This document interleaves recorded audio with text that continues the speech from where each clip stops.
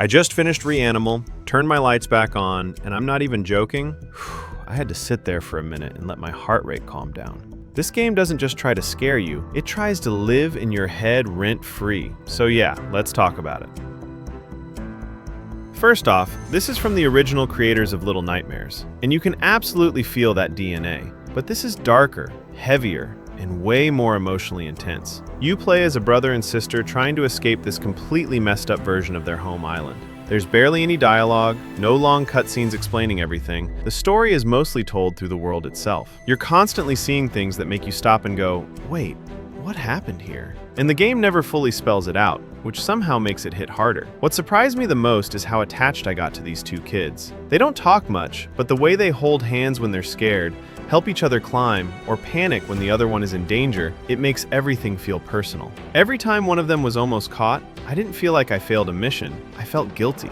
Gameplay-wise, it's mostly exploration, platforming, stealth, and puzzles. There's almost no real combat. If something sees you, the goal is not to fight, it's to run, hide, or outsmart it. And that makes every encounter way more stressful. You're small, weak, and very aware of it. The puzzles are actually really well done. Most of them are environmental, moving objects, timing things together, distracting enemies so the other character can sneak past. I played in co-op, and this is clearly how the game is meant to be experienced. Having to rely on another person adds tension in a cool way, but also leads to some chaotic moments where you're both panicking and yelling instead of thinking. It's fun, but yeah, sometimes it slightly ruins the horror mood when your friend starts at the worst possible moment. Now, the horror itself, this game does not rely on cheap jump scares. It's all about tension. Long, quiet sections where you know something is wrong, but you don't know where the danger is yet. The camera pulls back in this cinematic way, so sometimes you see a monster moving in the background before your character does. That feeling of, please don't come this way,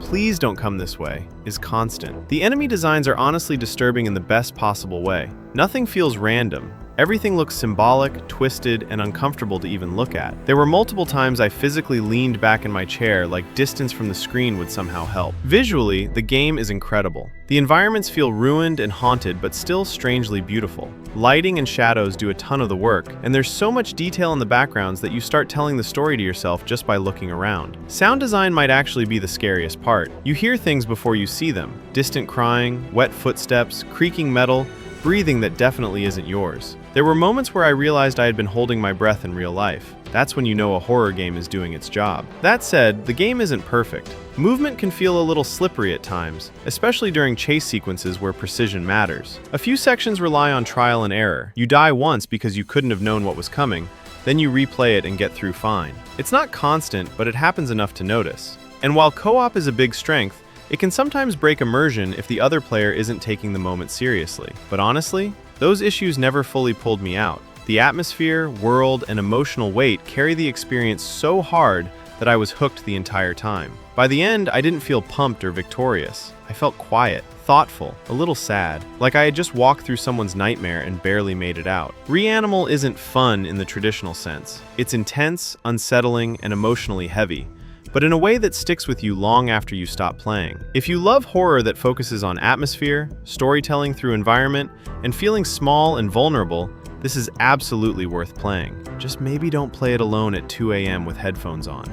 Learn from my mistakes.